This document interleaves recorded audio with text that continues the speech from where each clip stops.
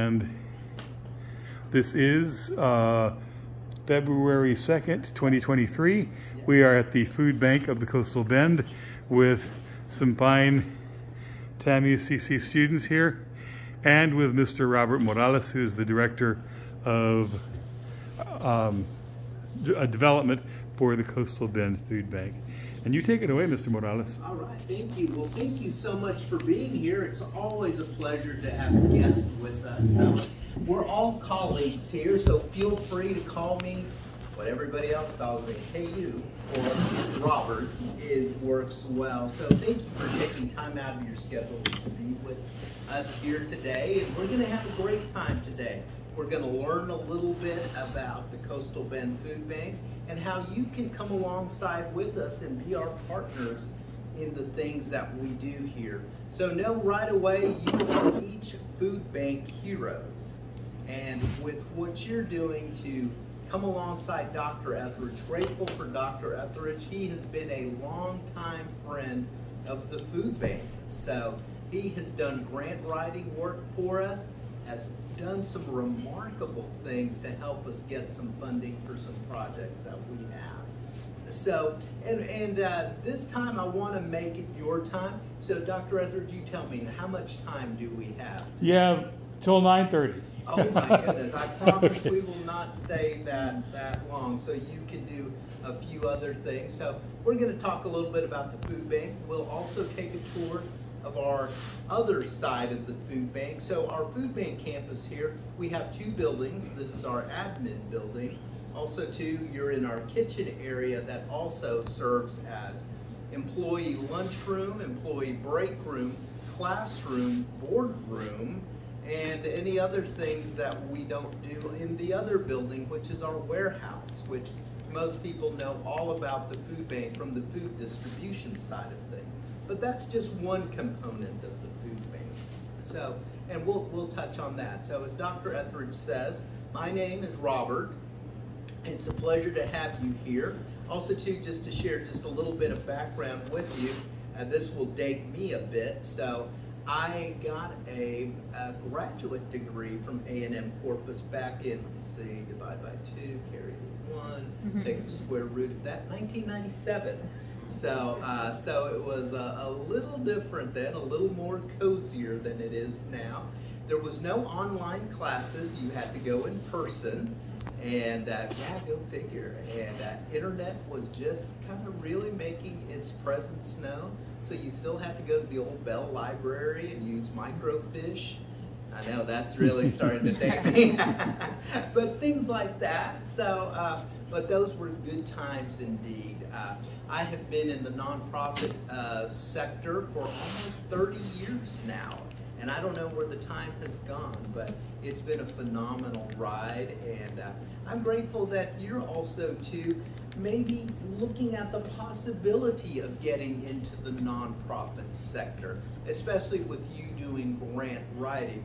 That's always a key component to the nonprofit sector, is getting funding through grant resources, whether it's through foundations, families, businesses as well too. So any number of different funding sources or people that will fund the grant. So, and Dr. Etheridge, feel free to jump in whenever you like, because you're also a tremendous expert in this field. So now, also, I will say this room right here, this kitchen was the very first grant that was gotten by a graduate course, or graduate students at A&M Corpus.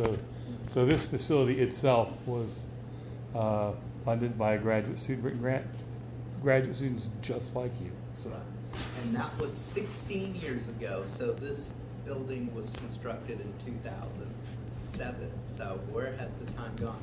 Food Bank has been around since 1982. But before we jump into that, I actually have a guest with me. So this right here is Ida.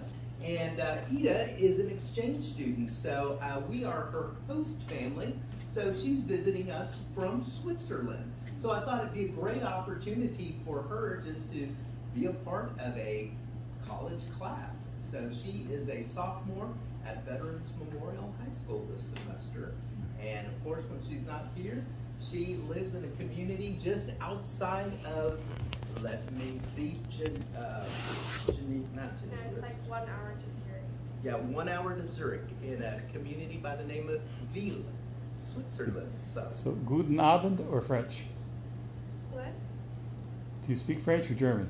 I speak German, but I speak French too. Okay, all right. 'Cause- So yeah, and we're learning that Swiss German is the native tongue. So all sorts of fun things. So, and she knows a little bit of, we're teaching her some Spanish too. So all good. So, but yes, let me just share with you just briefly a little bit of the Coastal Bend Food Bank. As I mentioned before, we started in 1982, and we have just celebrated now, we're in our 41st year of existence, and we service the 11 counties of what we call the Coastal Bend. We're headquartered here in New Oasis, but we go to, in addition to us, 10 other counties. So we go as far south as Brooks, Kennedy County. We go as far north as McMullen County, which would be about an hour south of San Antonio. We work our way up the coast to Aransas, San Pat County, and then we go as far west as Duval County, which is the Freer, Texas area. So that's about an hour from Laredo. So we cover quite a bit of ground and distance, and in between there's also B County, Jim Wells County, Kennedy, Clayburgh County. So quite a footprint that we have. So one of the things that people always know us for more is our food distribution side of things. And that's getting the food out to those that are in need. This past operating year, we were able to distribute a little more than 13 million pounds of food. To give you an idea of what that would equate to, that's the equivalent of 10.8 million meals that people in the area receive. And we do that with the help of partners, so what we call our agency partners that are spread throughout our 11 counties. So in a roundabout way, we are a bank per se, so we supply the food to our pantries, and then they in turn will get the food to our clients that are in need. So when you think about trying to distribute 13 million pounds of food, that's quite difficult for a group here.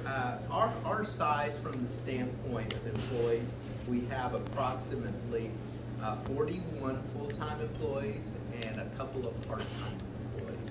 And everyone wears different hats here. But in order to make that happen, like I said, this is where our pantries come into play. Now, yes. Repeat the employee number. Sure, yes ma'am. So 41 full-time and 2 part-time employees. So, and many of our employees have a long time tenure here. I know Dr. Etheridge goes way back with our executive director, Miss B. Hansen. B is now finished up her 25th year here at the food bank, now entering her 26th year as executive director. So she has seen lots of things that have happened in the food bank. So now going back to our early days in the food bank, all we were giving out was just dry product. And what we mean by dry product, that was maybe beans, rice, and canned food items. As we fast forward, we've added some additional things to what we have here. So when we originally started, we had our one warehouse facility, and then over time we've added different components to this warehouse. So we've added coolers, we've added freezers, we've added a dock space, and then we've added this administrative building so that we can not only provide dry goods, but we can also provide dairy products. We can provide protein products as well too, and store those. More importantly, we can provide produce in the form of fruits and vegetables. And one great thing of where we're positioned here, it's not far for us to go down to the Rio Grande Valley and get fresh fruit and produce there and bring that back here. And we'll touch on that. Now, for fun, it wouldn't be a class without some interaction with you guys. And we're going to take you back a little bit to maybe health class. Who can remember the food groups? Who can remember the 5 food groups? Fruits, vegetables, Okay. protein, dairy, Grain. Yeah. Ding, ding, ding. All right. So, you both get a prize.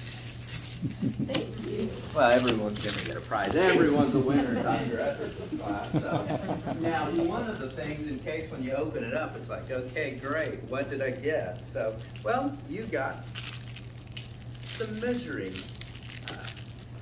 to help when you're in the kitchen. So, you can always try to figure out, okay, what's a teaspoon? What is a tablespoon? So, we've got this right here for you. So, and that kind of is a good transition into some of the other things that we do at the food bank.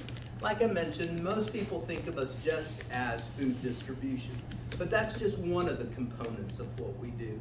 As we get a chance to visit with our clients, we find out many times there's other needs that are at play, and especially when they are getting some of the food that they receive. Here's a great example. As I had mentioned earlier, one of the things is we can secure fresh fruits and vegetables from the Rio Grande Valley. And of course, we never know what we're going to be able to secure.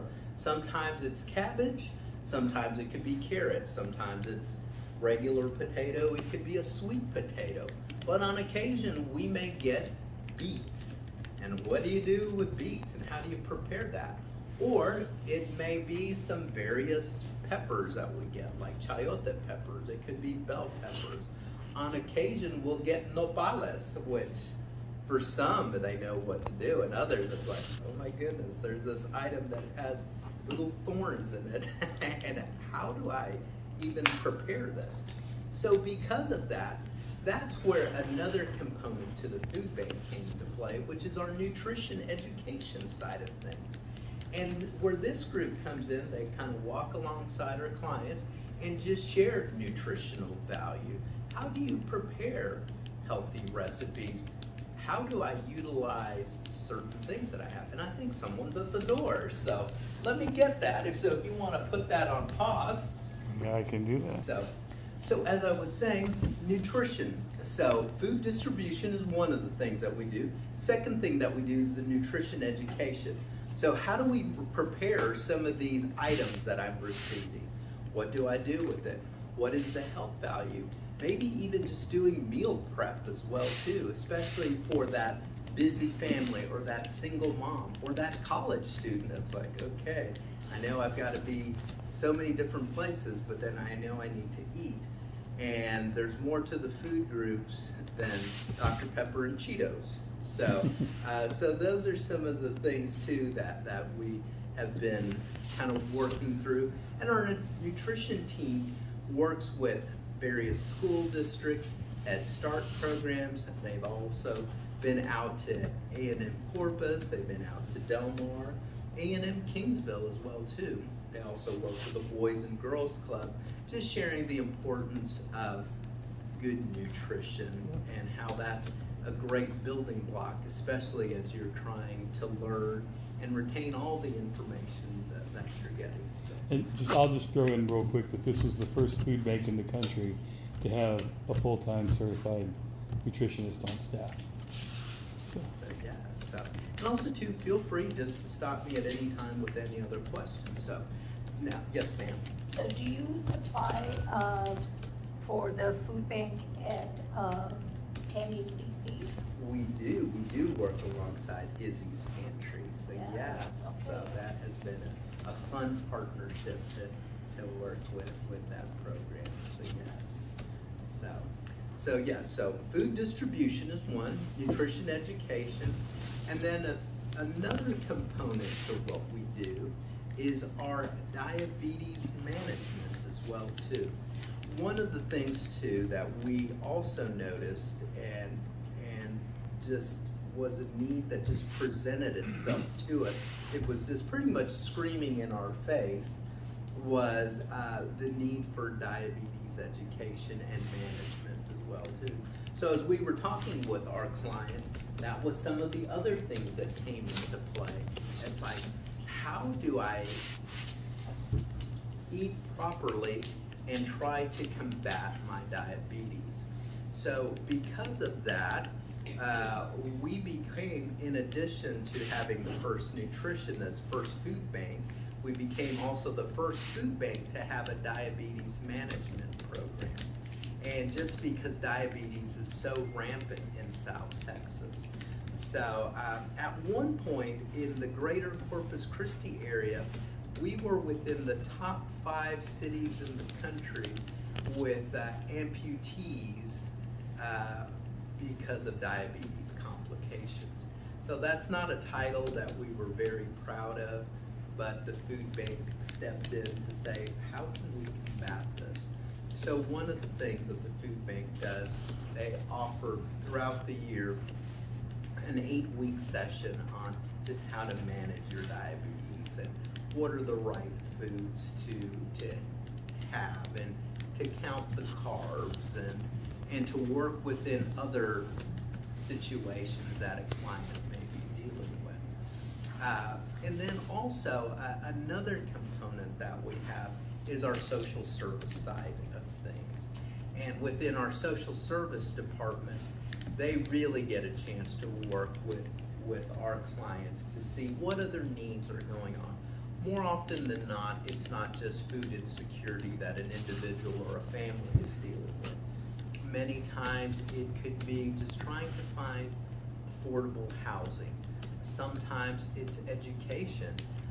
Sometimes an individual may not have the resources or know what direction should I be going into. We have some individuals that may be unemployed, some may be underemployed.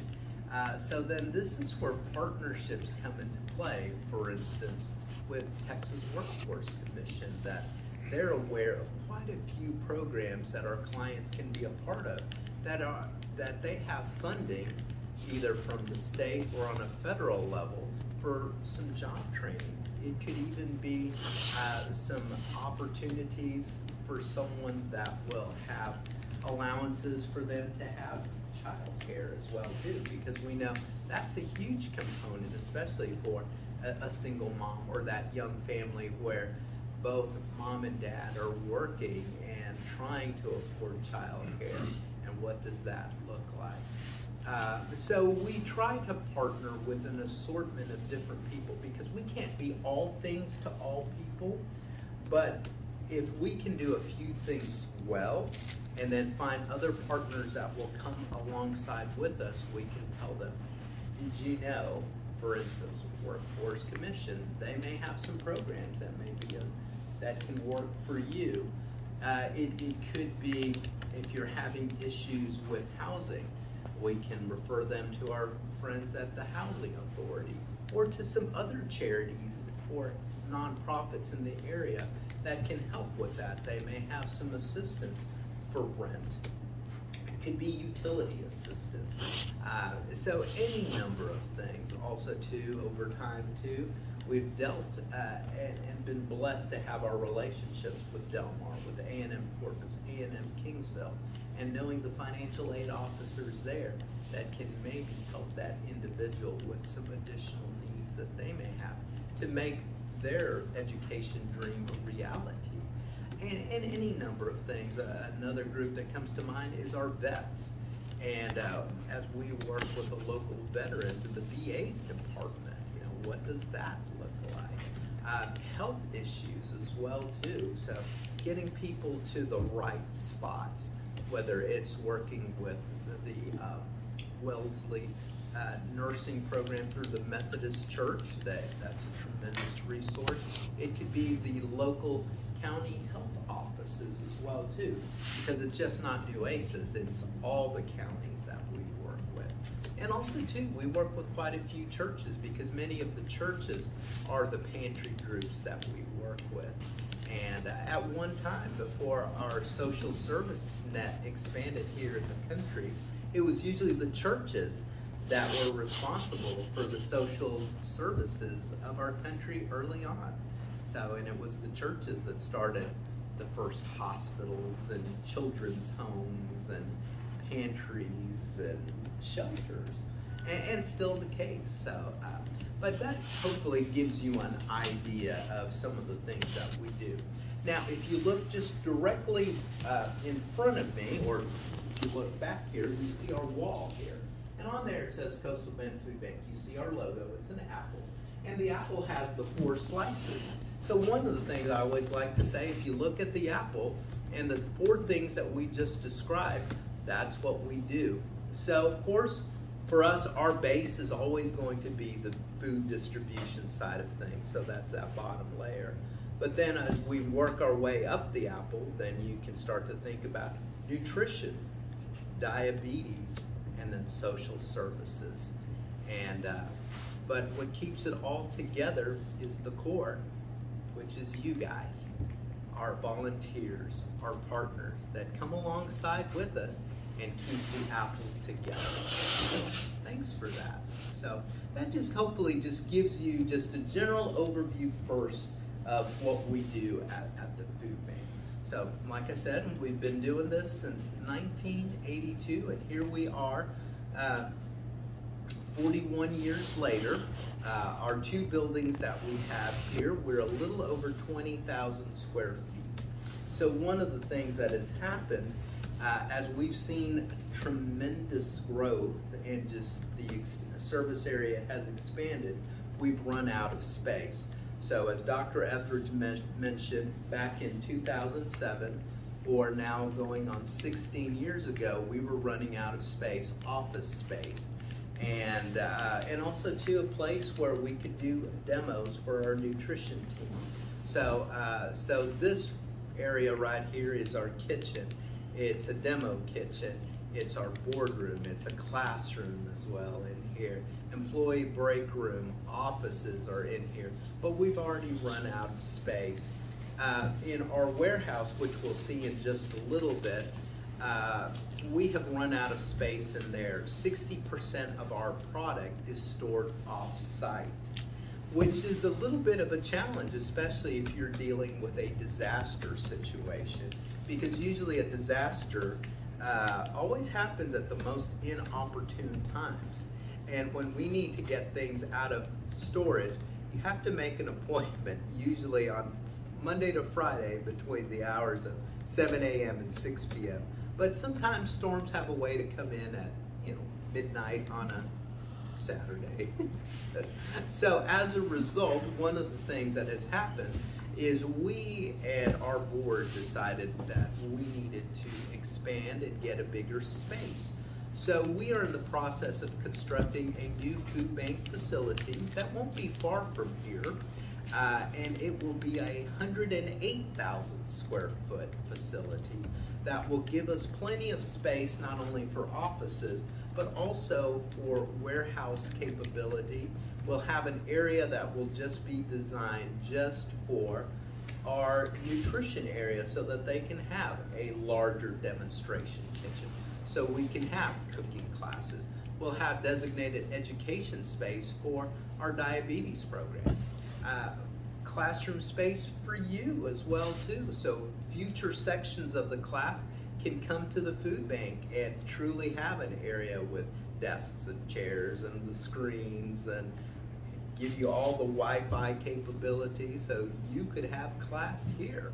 So we're really excited about those possibilities. And also too, the other thing that we're really excited is that we can have large distributions also on the food bank facility as well too. We'll definitely have more of a presence. We will be located just off of North Padre Island Drive and Bear Lane.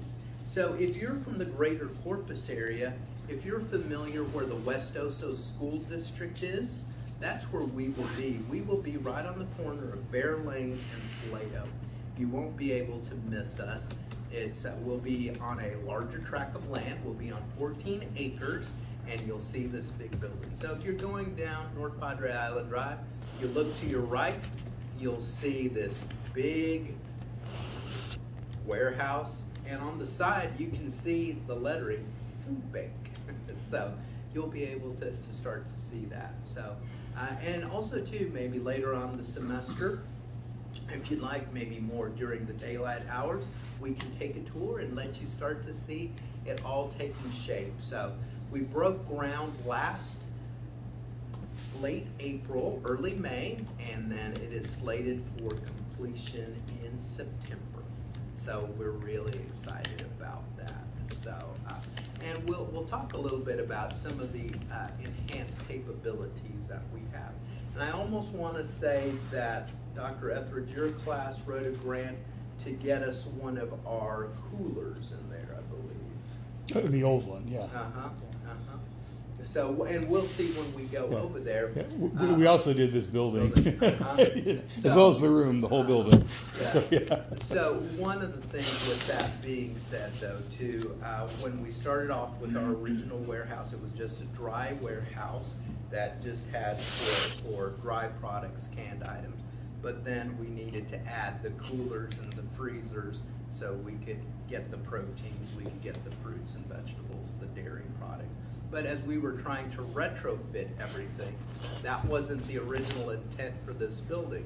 So we've had some challenges just to keep that going, especially with the humid conditions of the Corpus area. So those 4 coolers and freezers there are always working hard and working overtime. So, so we have quite a few maintenance costs. So as we go to the new building, we definitely will save on outside warehouse space.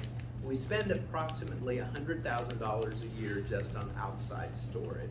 And then also just on the maintenance of our coolers and freezers is probably about that amount as well too, just because they're older units as well too. And they weren't designed to have all the things that we've added to. But now as we go to our new facility, everything was designed in such a way to accommodate all of the things that we need to have what we call a state-of-the-art food bank, and then also be ready as first responders. If a storm hits, we'll be able to have food and water within the day of something happening.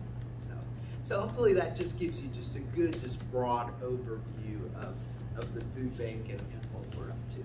So, Dr. Etheridge, anything you want to? What questions do you all have? Yes, ma'am.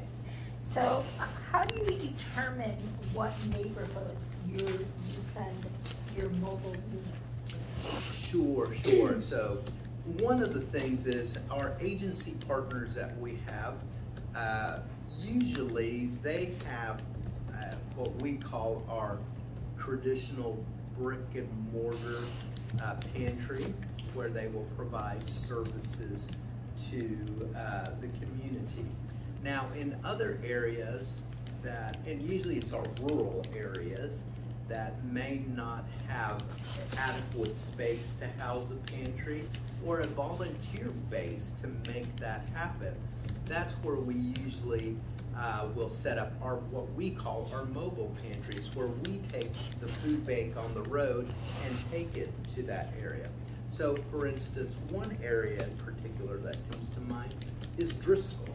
So Driscoll is of course on the outskirts of Corpus, but it's not to Kingsville, so it's kind of its own kind of little space. Not a lot of people out there, but the group that is out there, there's tremendous need there. So that's kind of those things that come into play. Is there a grocery store or a corner market there? Those also come into play. So we use a term that's called a food desert. If they have to go outside of a 10 to 15 mile area to get to some sort of food source, that usually is what we will focus on those areas. Or another area kind of in Jim Wells County called Palito Blanco. And there's not much out there, or a Benavides type location where there's not a lot of things there. So then we will set up shop and go out there. Another area too where we have been working is the colonias. And I know Corpus, A&M Kingsville has been doing a lot of work out in the colonias, especially on a healthcare side of things. Is that in RGV? No, actually, kind of here. They're out Weber. It's like Yeah. Petra Neve. Yeah. There's a Colonia on Weber. Yeah. So. Yeah, so it's interesting that that level of need is here in our backyard. There are parts of Corpus that are food deserts too. Yeah. You can get on the USDA map and they'll identify it, even in Corpus, So, yeah, so in the in- city limits. Yeah. So in these areas, there's limited water source and just utilities. So those are kind of some of the challenges. Basically, it would be the area that most of us would call junk land. Mhm. And most of the people that are there have limited education. Some of them may not be here legally, so they're afraid to reach out to anybody with the fear of potentially deportation, or are they poaching on somebody's land and somebody is charging them some exorbitant rent to be on this junk land area. So just a fascinating dynamic that's within our area. So yeah, so great question. Other questions? How do you outreach for your nutrition education? So you said you work with partners, and that's how you're able to reach all of these counties. Right. How do you outreach the nutrition education part? Sure. That also too is working with the school districts, education service center, partnerships that we've had, Boys and Girls Club, the summer feeding programs. For instance, one partner that we work with is the Garcia Center. That's part of the A&M Corpus group. They do a summer program every year, and they work with neighborhood kids. So we get a chance to work with them. We also work quite a bit with communities and schools. And communities and school has their footprint. Well, they're a nationwide organization, but our local communities and schools have a similar footprint to what we have with our service area. So Gloria Taylor and her staff have been tremendous resources. So that's where these partnerships are beautiful, because they kind of take our message and run with it. So, and we've worked together to open up school pantries in middle schools and high schools. So. Other questions? Yes, sir. So, thank you for sharing as much information as you did. I didn't realize you guys service such a huge area. What are you trying to obtain money for? Like, what money are you seeking? Sure. Excellent question. Well, right now, a typical year for us, our operating budget is about $2.2 million. So anything that we can use for the operating budget is tremendous. In addition to that, we are in our capital campaign.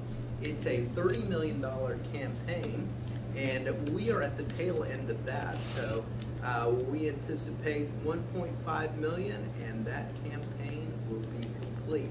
And we're very excited about that, because really the campaign is probably, we're about 18 to 20 months in.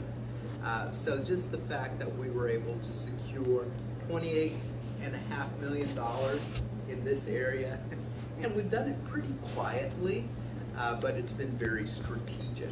So I would say those are our two needs that we have. If we were to even kind of shrink it down, especially for you as you start looking at potential foundations, organizations to make a request to, one of the biggest needs, especially where operations come into play, is funding so we can acquire food resources. Now, one of the things is we work with USDA, which is the U.S. Department of Agriculture, TDA, which is the Texas Department of Agriculture, to secure products. Now, one of the things, USDA has kind of cut back on some of the resources that they're providing to food banks in general. So as a result, just because there has been just a tightening of the food supply chain, so we're all looking for the product as well too. So our price to get these, for instance, proteins like leg quarters have gone up tremendously. We've seen a 35% increase in product. In addition to getting those products to our areas, it requires fuel for our vehicles. So we've seen probably a 35–40% increase in our fuel cost as well too. So if we could find someone that would be interested to help for the fuel expenses of our vehicles and also things for us to secure product, that would be tremendous. So one thing that helps, just to kind of give you an idea, if we were to get, and we have an 18-wheeler that can go down to the valley and get a whole, just fill up that trailer with fresh fruit and produce, it was costing us, I would say, prior to the spike that we were seeing, probably about $3,200–3,400. Now that same load is costing us now a little over $5,000, so about $5,400. But with that, that provides a tremendous amount of fresh fruits and vegetables that are always very welcomed and gladly received, and that goes a long way for what we do. So hopefully that kind of gives you an idea of some things. So primarily fuel, not the actual trucks, not the... Yeah, but just the fuel. The fuel itself. Okay. Other questions? How much fuel do you like? You know, with that, it's just all going to vary just by, is it the 18-wheeler, is it the box truck, is it our produce mobile? So, because just depending on what vehicle we're going to use to do whatever task that we have. For the most part, we use our box trucks, which are refrigerated box trucks that will get from here to any of our service points to drop off items to our vehicles. How many vehicles do you guys have? We have 18 vehicles.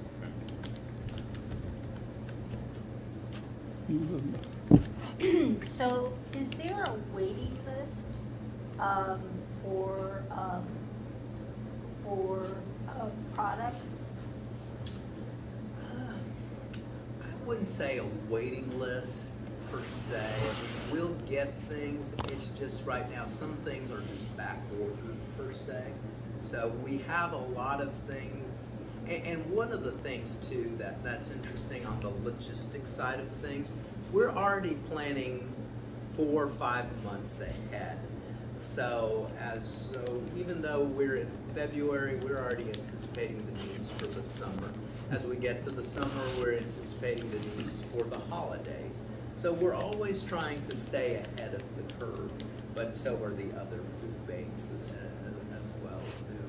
So one of the things, back to our proximity to the Rio Grande Valley, we know that we can always have access to fresh fruits and vegetables. But usually when you're giving out these products at a distribution site, you can give lots of fruits and vegetables, but most people also want a protein. They want a dairy item. They want a bread item of sorts. So they can have a full complement of meal options or put together meal plans. So I just want to understand how the food is distributed to the different churches or so they come. Can I give you an example? Yes. Because I work at the other end. I work with a pantry through All Saints, which is right next to Ray High School. And so the city is broken up into zip codes, and so the idea is to provide as much coverage as possible. So we are the first and the first and third Tuesdays of the month food pantry for 78404. So we cover certain days and then certain a part of the city that we're assigned by the food bank. And we have clients who sign up with us, and so we determine their eligibility, things like that. And so they come, they know when we're going to do it, we communicate with them, they come regularly. And the Monday before our food pantry, because the food bank gets whatever it gets. I mean, it's not like they know they're going to have 100 boxes of Frosted Flakes next week. They get whatever gets distributed from or donated from the grocery stores, or they get from the USDA. They're at the sources. So we get the list, and this is just what's available. I mean, if we want, chicken or beef, and there's no chicken and beef coming, we don't get that as well. So we try and, again, look for balance. So we try to get different kinds of canned foods. We get some dry carbs. We try to get some protein, and we try to get some dairy. We don't have the capacity to store produce, so any produce we get, we got to give out that day, or it's going to go bad as well. And I don't know, and it was just sort of, hey, they're like, hey, you want 200 pounds of sweet potatoes? Sure, because they have 200 pounds of sweet potatoes. But that's how it works. And then we know we've got X number of clients, and so we divide what we get into basically big boxes, and then we give as much as we can to each client as well. And the food bank doesn't sell food. But they mentioned the gas and the maintenance fees and things like that as well. So there is a fee attached to whatever we get. It's different depending on what the items are. And so we have a budget, and we will get whatever we can afford. Within that, sometimes our different agencies will get grants that Mm-hmm. we provide that will cover the cost of these maintenance fees. So Yeah, and most of ours is grant funded.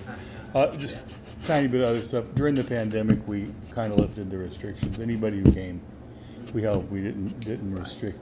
yeah, by everybody, zip code. we totally operated on an emergency basis, and it didn't matter how much you made, how many people were in your home. It was, if you have a need, come on. Yeah. We have it. So what are the requirements? Yeah, I'm sorry, can I say one other thing? But the other part of it is because we've been dealing with the same clients for sometimes 20, 25 years. So if we see a trend, hey, there are a bunch of people here over at, this particular housing thing, are having this trouble and things like that. Well, we let the food bank know because they are plugged into the social services in a way that we're not. And so that's just another, I didn't mean to interrupt you, I'm sorry, but that's just another way they get information about what services are needed. You go and ask, and Maddie's had her hand up patiently for a long time, but you go ahead. Oh, it's all good.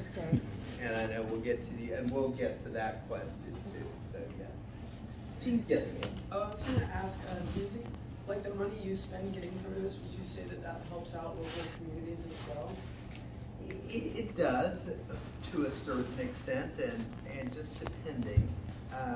More often than not, when we're able to secure some of this produce, it's local farmers that we work with a co-op that is federally subsidized or state subsidized. So they work with them to provide the supply that they need. Now, we try to also work with some independent farmers, but sometimes their challenge is, okay, how much can they provide to us? Because they're trying to make a profit as well too. So those are always kind of those challenges that we have.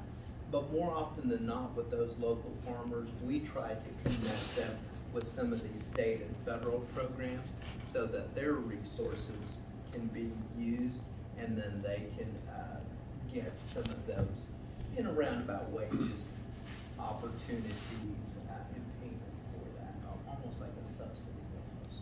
So Thank you. oh yes, ma'am. Great question. Yes, ma'am. So, how many families or individuals do you help annually? Good answer. Sure, Good question. Sure. So one of the things, what we kind of calculated, because that was a tough one for us, because we may have a family that we may help once, but we may help them monthly, or they may be getting assistance on the food side of things, but then also they're part of the nutrition program, diabetes management. So what we have calculated is probably unduplicated, probably close to 100,000 individuals. Now, one of the challenges that we have within the Coastal Bend area, our calculations is a little over 17% of the residents of the greater Coastal Bend area live at the poverty level or below. So that's a pretty staggering number. Almost 1 in 5 live at the poverty level or below. So, and especially as we get to the rural communities, where we see it's a lot of elderly that live there, because in most of these rural areas, those that are of working age have left either to secure better job opportunities or the education opportunities. And there's not a lot in those small areas. So those that remain are those that either are now getting up in age, or they may be disabled, or very, very young families. So. I'm sorry, I overrun you before. Okay. Are there any requirements, or what are the requirements, I guess, to receive product or services? Sure. With that, that's something that the USDA determines for us, kind of that income level. So usually if someone is at that poverty level or below, that's going to happen. Now, of course, these are some interesting times now, too, just with all this economic uncertainty. So, you know, there can be some individuals, and especially we saw this, especially during the pandemic, because we saw an assortment of different things, and you can't judge the book by the cover, but we saw some high-end vehicles coming in that were using the food bank services for the first time ever. Last year, 2021-22, we saw 1 out of every 5 clients were first-time food bank users, and it was just kind of just a short stopgap because just things were kind of a little uncertain. Some were laid off, some were dealing with COVID, so just an assortment of different things. Now things are kind of coming back to a new normal, so we've had to redefine what normal is. But when you think about it, for this area, since 2017, we've been dealing with an assortment of just different issues. You've gone from Harvey to kind of, once again, a little bit of economic uncertainty. Then 2019, 2020 is the start of COVID. And then within COVID, then we had another hurricane with Hannah. And then you're still dealing with COVID. Then we had the freeze, if we remember that. So now as we hope we're now at the tail end of COVID and we can wave by. Now it's the economics of things again. So we just kind of just roll with it, and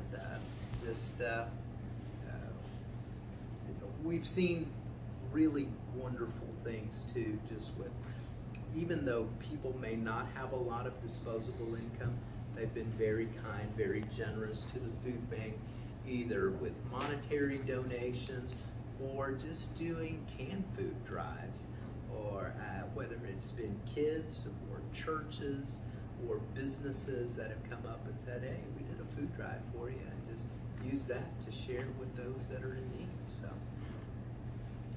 yes. I'm kind of in professor mode here. So we have 2 classes tonight. We have a grad level class and then an upper division, basically level undergraduate class. Mm-hmm. And my understanding is we're each going to tackle a different grant, right? You mentioned fuel mm-hmm. as one possible thing. Are there other projects, grants that or needs in mind? Can I just jump in here a little bit? Yeah. My understanding, just because I want to keep things manageable, is that the need that we're targeting, and this is what Robert told me, is increasing food distribution for elderly clients, primarily rural, yes. because that cost is so great that if all three groups get a grant, it still wouldn't cover it. So. Yeah. But fuel is one way to do that, right? So, like, Robert's the expert here. I guess I'm asking you, yeah. Sure, yeah. and it can be, and especially when you go into the criteria, when you build that budget, you know, that some of the funding can be used for the fuel expenses, some of it I can see, be okay, used this makes more sense. for Yeah. the food. If we get like a donation of Valero.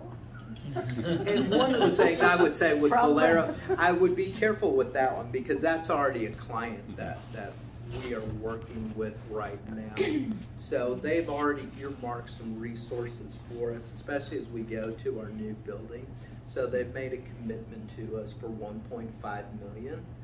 So even though it'd be good to ask them, but that would be one where we've already, and Dr. Etheridge and I will work together with kind of some groups to say, yeah, that's a good group to work Have you with. ever received any funding from Estill Foundation? We have, and it's been many years ago. It's been many years ago. So mentally, like, we're trying to kind of help you fill up the piggy bank, so to speak, but we're not targeting, like, buy a truck, buy a refrigerator. You know, that's Right. always a... Okay. I'm just trying to understand the work we're doing. Sure. Yeah, it would be, I would just say, just to help on the food distribution Okay. side of Okay. things. And those are kind of some of the things. Many groups maybe don't want to get into just the day-to-day operations of things, but the tangible things. So anything that goes toward food is always a huge component because for every dollar we receive here, we can make 4 meals out of it. So, and that's just being able to secure just different products. So that's one tangible way that if someone gives a gift of $1,000, that provides 4,000 meals. For every dollar that we receive, 98% just goes to all of our programs. So we just have 2 cents of each dollar goes to admin fees and expenses. So we run a very, very lean organization. So I'm going to be working till I'm 340, so I'm not going to retire. So working in nonprofit, it is what it is. So, but as a result, that's why we keep our admin costs so low. So those are some great things that I know that foundations always like to hear.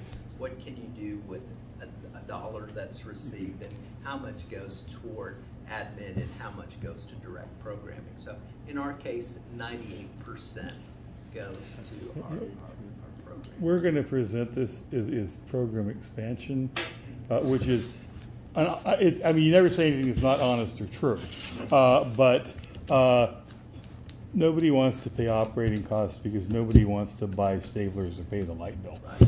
You know, it's just not sexy, it's not fun. But this is a program that helps these people with this resource is attractive. And anybody else have other questions? Well, I guess, so you said it's targeting like elderly. So Yeah, do you guys have a program that kind of has a name along that? Sure. With that, it's usually, and especially with what we're doing, it would be with our mobile pantry program. For rural communities. Right. Now, why? Because we're looking at need statements this week. So why produce? Why is that a particular need for the elderly? Produce, yes. So one of the things with produce, that's always one of the things that is just good. You can never go wrong with fresh fruits and vegetables. So that is one of the healthiest options, and also too one of the most economic options as well too. So there's health benefit, but also from the sheer economics of things, you can get produce at a very reasonable price. Is that cheaper for you guys than like canned goods? Oh yes. Okay. Mm-hmm. Because if you get something that you get them in these large bin containers, rather than just having to package and can something, there's a higher expense to that. And then also from the nutritional value side of things, fresh is always better than canned. with the preservatives and artificial ingredients. Does it have other positive health impacts related to like diabetes that you can Yes, speak to? you know, that's one of the things as you start getting into the nuts and bolts of that. There's really not a lot of restrictions on eat more lettuce or cucumbers or carrots. It's terrible for you. Yeah. Less lettuce, you don't hear that yet. So, yes, ma'am. Since we're targeting like the elderly clientele here, how many old folks home is also connected with the food bank here? How many? Yeah, like do y'all also contribute food to like local elderly shelters or homes that they're in? With that, we work with, for instance, Conviva Humana Health that works with seniors. So we'll do nutrition programs with them. So now one of the things is, back to, we only have 40 people here, so we can't be every single place. So now, later on down the road, if we had opportunity where we could expand the nutrition program, right now our nutrition team is comprised of 3 people. So right now their big focus is on kids. So, but that gives us, we know we can do more expansion there, but what we're targeting with our work with the seniors is just food distribution, right? And diabetic And education. diabetes education. So do y'all also target them as well, possibly like go out to the Usually with that, we're working with the medical community and the hospitals, so we're getting their referrals. Now, usually within a senior care setting, they always have their nutritionist staff there and also their medical group as well too. So they kind of work with them on a one-on-one basis. So yes. How many of the seniors you work with do you think have diabetes or they're very high risk? You know, with that, I don't have that number for you. So I'd just be pulling something out of the air. I don't want to do that. What about just diabetics in general, or seniors in general, instead of that cross, Venn diagram thing? You can find on the census. Yes. Well, but I don't. But the census is one thing, but how many the people they actually serve, that's different from the census. Yeah. You know, with that one, I would just have to kind of get with our diabetes program on that. As we get more into this deeper dive things, I'm kind of more of a generalist. So they live that every single day. And usually just because we know that there is just a high percentage in this area, especially with the Hispanic population, it seems to target Hispanics and the African American population tremendously. Poor people. Also too, the socioeconomic level also plays a role in it as well too, because usually for that individual, here's an example. If you go to the store, one of the cheapest things that you can find at the store is ramen noodle, but the sodium count on that is off the charts. But then also too, in the society we live in, if I said I've got something orange and crunchy, what's the first thing that comes to mind?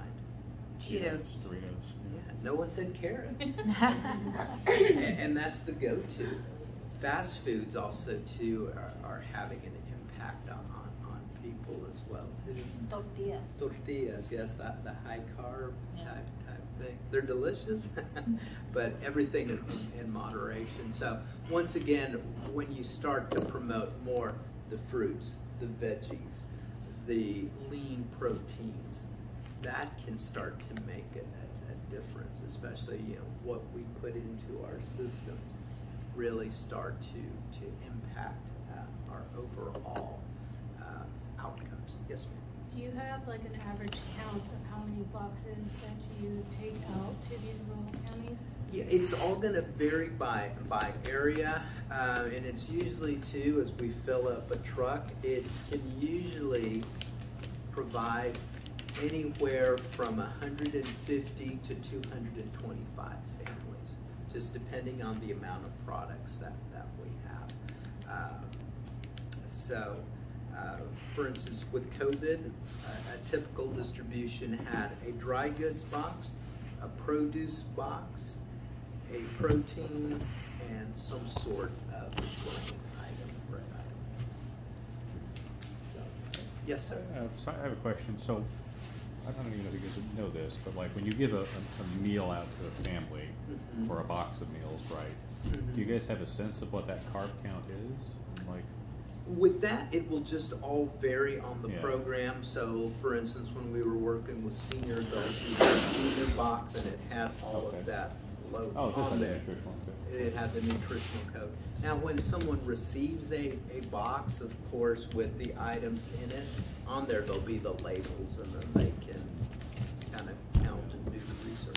But then also too, here's another thing, and this is also too where just life happens as well too. When someone is hungry, they're not gonna really be looking at the carb count. It's like, I'm hungry, so they need to meet that immediate need. And that's where we kind of find a lot of our families. So what we're trying to provide is the best nutritional option for them at a price that's affordable for us as a food bank, that a donor gives, that we can say, because you gave, we were able to provide this, and this. So that's why when we go back to the fresh fruit and produce, that's where we get, to be honest with you, our most bang for the buck. But when you bring those carrots, the cabbage, the beets and peppers, and a family looks at it, it's like, what do I do with this? And the kids are just like, well, where's the Cheetos? You know? So it's a combination of so many things. It's a fascinating dynamic, and there's so many different things, and we're all trying to put our arms around it. So where we're trying to go with it to the kids, it starts with the kids. If you kind of promote that a carrot is good, it's got great nutritional value, then yeah, we're also working with the current generation or the current family structure, but we're trying to impact that next generation. Well, where they will view fruits and vegetables as a positive. You know, a lot of kids don't even want to try fruits and vegetables. So what our nutrition team is trying to do is puree vegetables into tomato sauce. So when they're eating spaghetti, you know, they've got a bunch of different veggies that are in there. Or maybe with fruits, you make a smoothie out of it, and it's all of a sudden they've got greens and oranges that are colors that are in there, because they say your plate should be colorful. But most plates are usually brown or white with gravy. So that's just kind of those realities of things. So. Do you guys give out Cheetos? You know, we try not to, but on occasion we will get donations from Walmart, from HEB, and it's going to be the Takis that didn't sell. But you know, it is what it is. But you know, it's something. That's not our go-to thing, but we know people are human. And yeah, so we'll leave it at that. Yes, ma'am. I know you mentioned the cost of a trader with produce has gone to $5,400, about $5,400. How many pounds of vegetables do you all get per month? And how many? What is your goal? What's your target? What do you want to get? Sure. If there's one. Right. You know, with that, it's all going to vary from month to month in terms of what's available, what's out there. Ideally, what we would love to do is get to 75–80% fresh rather than canned. That would be ideally what we would love to have. But then once again, it's how well will it be received, because that's it's training the family, educating those individuals that go fresh. Fresh is better. Fresh is better. And if the family doesn't have resources like a refrigerator or electricity, it makes it difficult. Yeah, or time. It takes longer to cook fresh green beans than it does to Then pop open a can. Yeah, or Yeah. microwave it. Yeah. Yeah, so we're the microwave generation. So, yeah, so there's a lot of dynamics. It's a fascinating dynamic. So yes, ma'am. So I know you said you'll service about 100,000 individuals. Do y'all keep track of like age ranges, seniors? Right. It ranges from She's asking the youngest, the littlest, to about the client demographics. And do they keep Because track within a of the family, age of client you could demographics? have And they do. newborns, you have the sandwich generation that they're caring for their elderly parents, but then also they're also caring for their grandkids too.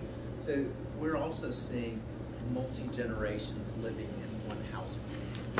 So, and we saw that especially with COVID. So, yeah, excellent question.